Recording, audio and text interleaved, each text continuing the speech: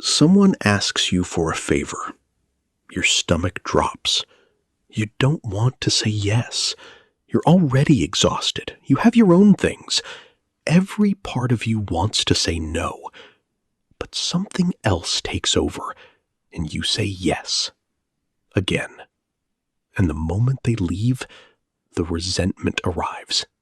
Not at them, at yourself, for not being able to just say no.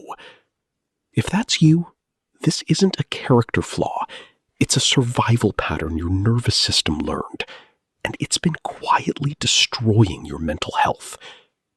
You've heard of fight, flight, freeze, but there is a fourth survival response.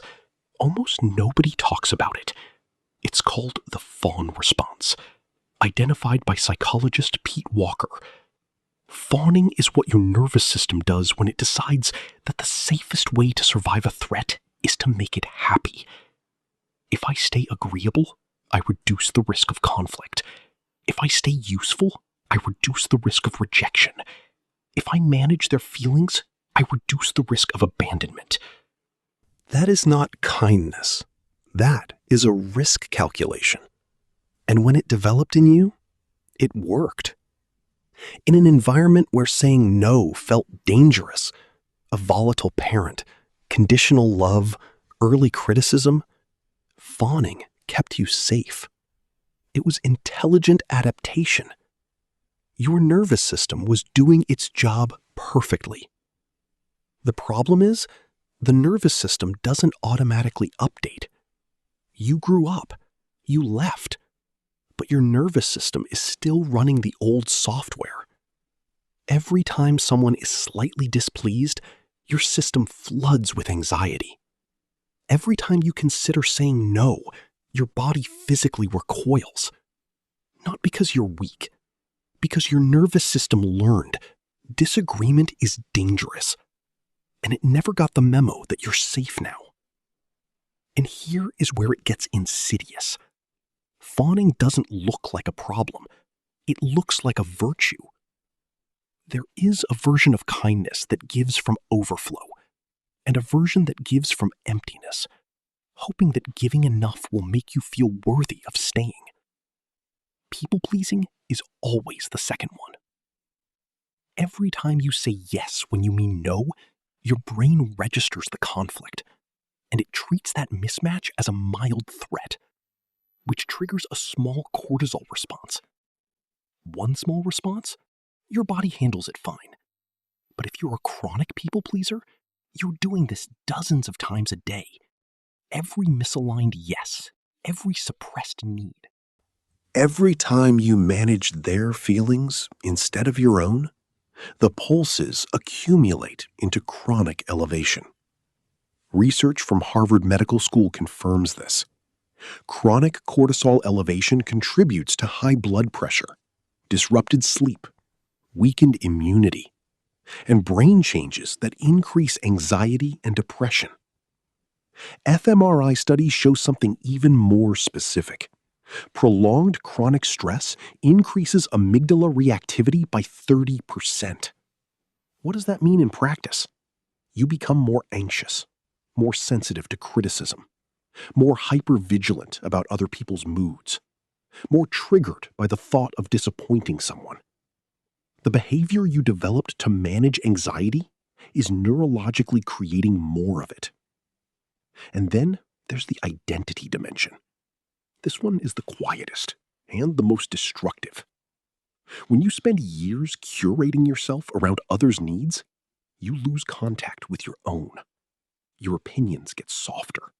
Your preferences get quieter. Your desires stop surfacing. And one day, you don't know what you want for dinner. Not because it's a small decision, because you stopped believing your preferences mattered. You become a shape that fits everyone else's container, and you forget you were ever your own shape. How do you know if this is you? 6 signs. Sign 1, you apologize for existing. Not for mistakes, for inconveniences, for needs. If you apologize and can't say what for, this is the fawn response. Sign 2, You read a room faster than anyone. You feel tension before anyone has spoken. You've been called perceptive, empathetic. You are. But this level of hypervigilance is a survival skill, not a gift. Sign 3. You feel responsible for other people's emotions. If someone has a bad day, you feel you caused it. You run an internal audit of your recent behavior. You mistake closeness for emotional responsibility. Sign 4. Conflict feels physically dangerous. Not uncomfortable, dangerous. Your heart rate spikes. Your chest tightens. You'll agree with anything just to make it stop. Not because you're spineless, because your nervous system says danger. Sign 5. You don't know what you want. For anything, at all. When asked what you want, your first thought is, what do they want? Sign 6. You're a different person with different people. Not adjusting your communication. That's healthy. Fundamentally changing who you are based on who's watching. A different mask for every room. If any of these are you, you're not broken. You're running outdated software in a new environment. Before we talk about change, one important thing. You cannot think your way out of the fawn response.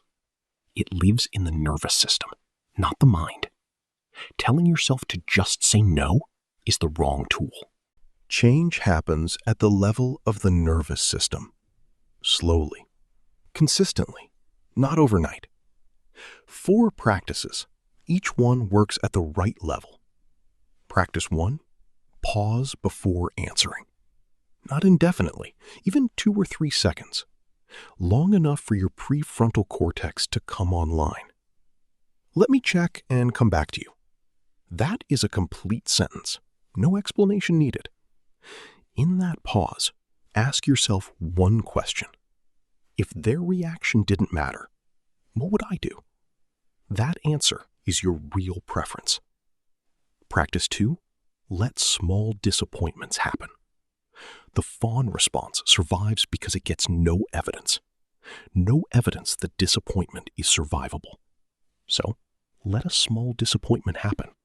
Don't rush to fix it. Notice what actually happens.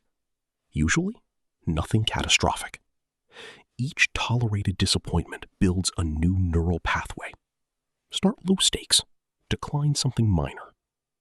Practice 3. Reconnect with your preferences, deliberately. Every day, 3 small questions. What do I want to eat? What do I feel like doing tonight? What did I genuinely enjoy this week? Not what you should want, what you actually want. This is the practice of consulting yourself, the capacity that people-pleasing systematically destroys. Practice 4. Understand. Healthy relationships survive your honesty. People-pleasing is built on a fear.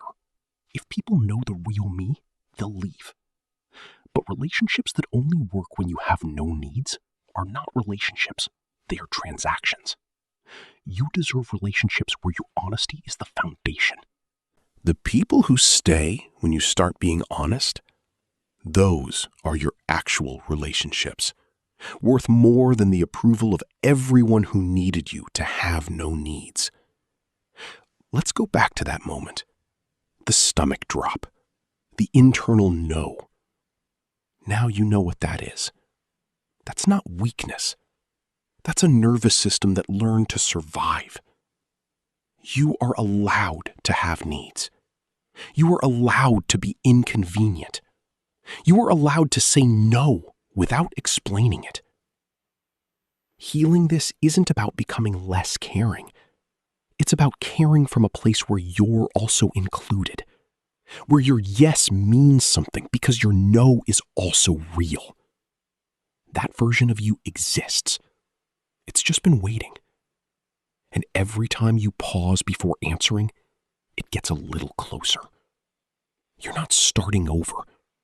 You're coming back. If this video made you realize something about yourself, share it with one person who needs to hear it. Someone in your life is saying yes to everything and falling apart. They probably don't have a word for it yet. Now you do. Subscribe if you want to keep understanding how your mind works, not just how to push through it. Next, the feeling of being lonely even when surrounded by people.